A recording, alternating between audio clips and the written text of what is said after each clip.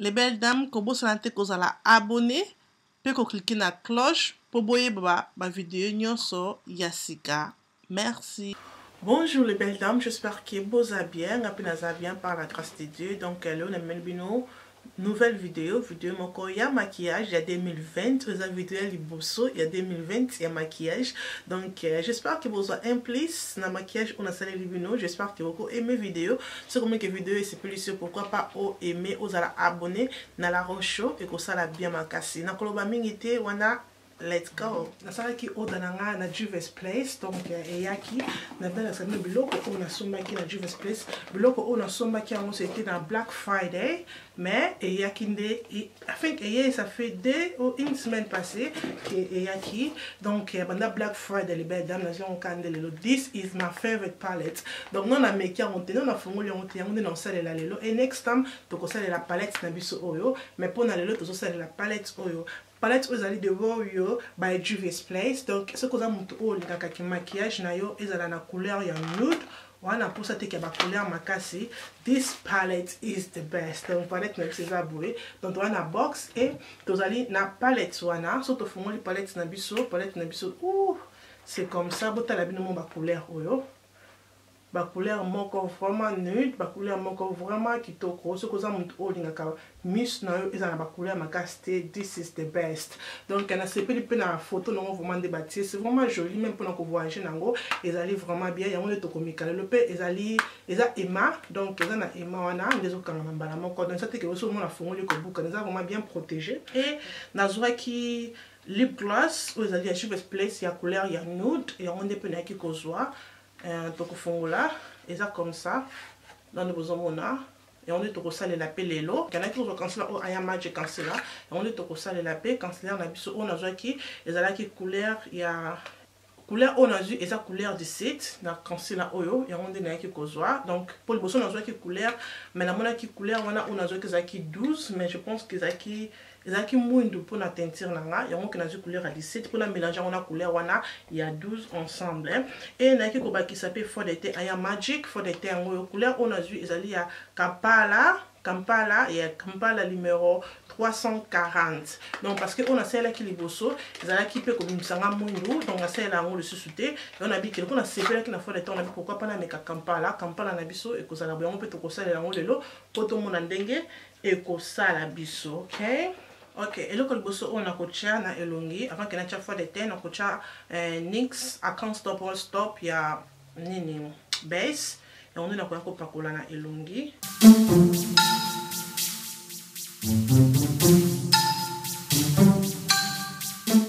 Donc on a pakola fois d'été nanga où ezali ya Kampala donc numéro 340. Pour que fois d'été na biso baby que to c'est la review pour la fois d'été où ya Juvia's Place ba fois d'été na bango za vraiment très bien. Donc mais où est-ce que numéro mususu to rotala ce que numéro oyo et kozala mwendo ou bien et kozala comparé au to sala ki mususu. Couleur oh vraiment ça va comparé à couleur on a celle qui liboso. Il y a Bokini, je pense que c'était Bokini, il y a Bokini za la mwendo pour nanga. Yeah, mais oh vraiment ça va. Yeah. Botala vraiment oh ndenge vanzi. Ozomona vraiment que oh ça va. Je pense que vanzi va bien. Je pense que oh ça va. Donc biloko on somba ki on a sel, ezalaki na neti faut de tena zo ki ngo na $8. Yeah, $8 ou $7 comme ça na Black Friday. Ba kiti ça qui vraiment biloko na ba maquillage. Et nous avons qui palette na 10 $. Oui, à 10 $. Donc, bloc on a somme salinga à $35. Donc, prix encore vraiment très bien la selle. Donc, ce zone nous sommes maquillage, c'est là tombe ça la bastel na bango pour la somba on cause la dessus. Le mot voyez que pour ça la technique à malam mon faut d'être vraiment flawless. Il faut que bête à brosse nous besoin de notre bête brosse nanga et voilà donc le nanga est bimi boye. Mais ce que besoin parce que normalement la lumière on a comme faible mais ça va donc le nanga est bimi comme ça. J'aime bien this Kampala et ça l'inga bien comparé à wana mususu ya Bokini. Kampala les a vraiment bien ce que l'inga somba azwa couleur mususu ko zo Kampala parce que Kampala bimi ça kinga mwindo. Donc j'aime bien, evandinga très bien. Donc non ça la makiki nanga après na kozongela bino. Wana na kokota na misu nanga na kocha un cancelaire comme base.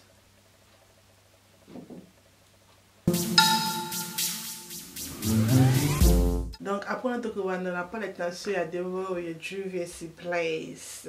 Donc wow, it's just so nice. The couleur on des bima. Donc it's just so nice. Dans un bal de la palette tu n'as écouté selon ça la couleur nini, mais il y a maquillage nanga is à la nude. Donc ok. Donc c'est la la couleur on a biso oyo is ali cano. Donc c'est la couleur on a biso cano. Donc la couleur on a biso transition. Donc la palette oyo tozaka kana 3 couleurs ya mat, tozana oyo eza mat, oyo eza mat, na oyo eza mat. Donc tozaka na 1 2 3 mat. Nde bomoni sone tikali eza ba couleur oyo ya kongenga.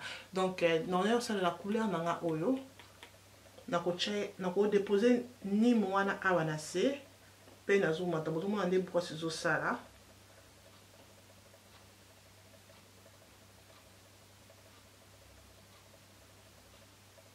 Et na kozwa couleur nanga keno o ya liboso, couleur ya liboso na zwaki na kozwa ngo na chango sur likolo wana ko mélanger en bien. Et couleur on a ko salela o elandi zali couleur ya champagne, couleur na biso oyo ya onde to ko kozwa et to ko déposer couleur na biso likolo. Oups, na zongo belé. Ça va.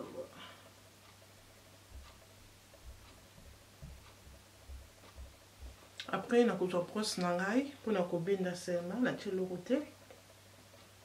Na ebité entre les deux na tia couleur nini na mona ocha couleur o idia donc on na koya kozwa na ko chango spray te na ko sopa spray na brosse te donc na zuka mbala ma pour na tala vraiment sur les makasi bien faut ko tia spray. Wow. Bomone. Wow. Wow. Na ti même pas spray mais bien mo moni vraiment ndenge evandi nga na misumba moko kolanda na ko bakisa couleur na oya bakwa donc oya gold oya se yango na ko ya kocha quand bo moni ke to chaki to check couleur na biso ka ana coin et yango na ochongo na katikati donc na ochongo awa na ochongo likolo wana ndo moni na katikati. Et mélanger couleur non très bien. Donc comme vous avez bêta brosse nanga pour mélanger couleur nanga bien. Donc ce mis nanga je kende vraiment na kosi là et na couleur nanga ou la transition. Pour na ko mélanger le logo nyonso on a salé les colo. Na ko benda couleur nanga très bien. Voilà, mais ce n'est pas et comme un bon de bomoni. Les autres qui sont vraiment à côté là, est-ce qu'on a cocha, à copacola wing liner.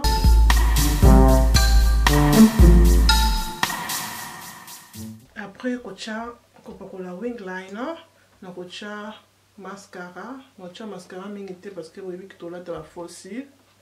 So linga ba fossile ou que tika no boye eza choix na yo. Donc voilà, on a na sisi ko tia ba fossile nanga na kota skona elongi nanga na zo pakola aya magic concealer. Donc naza na ngomi balé ba couleur ngomi balé yango na sangisa. Naza na couleur 12 na couleur 17. On na ko mélanger ensemble.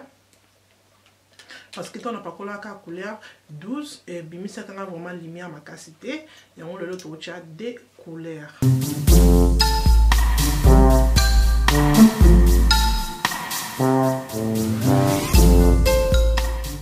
Et tocha couleur na biso couleur 17.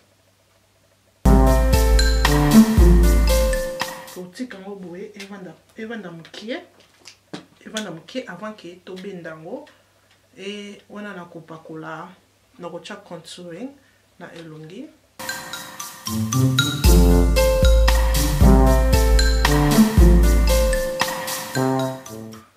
Kobenda concealer na ngai.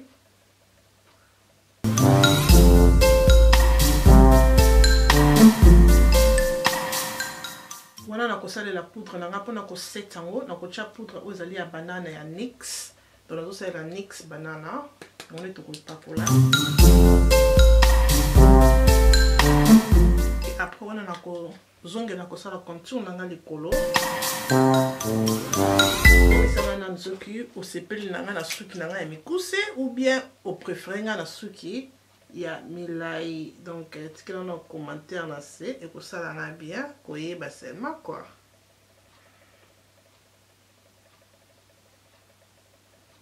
Donc après on a to ko benda nyoso auto china elongi na biso na c'est la poudre nanga ya marque o ezali N650 donc numéro N650 c'est on est na zo sala là.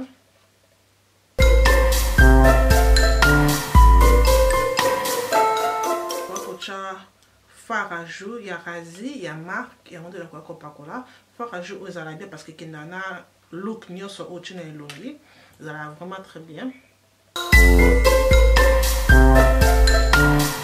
Après, la kobenda, bah, NYX, bah, poudre la banane, nyo so on a check ne longi. La kobenda poudre. Na ti brosse na ngelo côté donc nazo benda poudre nanga on a checké banana na elongi pona evanda sucre bien na elongi na ko check crayon nanga ya mwindu na se ya misu na ko zo couleur nanga o ezali ya Idia couleur oyo dans on a brosse nanga songe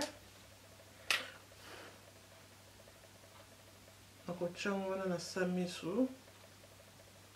Et tokoya kopakola engengiseli na biso to ngenga ya gold deposit ya marque on est tokoya kopakola na elongi pona to ngenga to bima elongi ya feti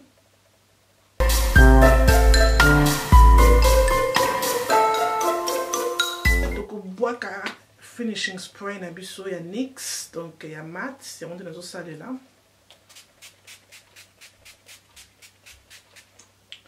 Et toko cha mascara na biso na se miso.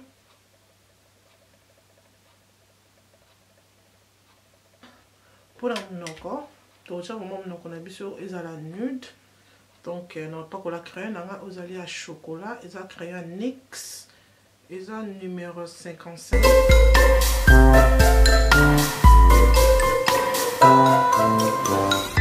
Et nakoya kopakola lip gloss nanga ya Fenty ya Rihanna. On est tokoya kopakola monoko.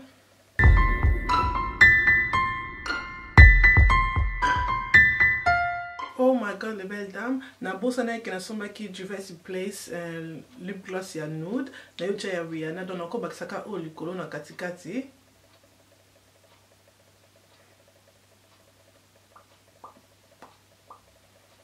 Et c'est bon. Donc to tche Juvia's Place na biso parce que na bossa na ki to na zone sa bloko na maquillage nde na mondiango donc yango to kosalela lelo. Donc to saleli lip gloss ya Rihanna na Juvia's Place na katikati ya mnoko.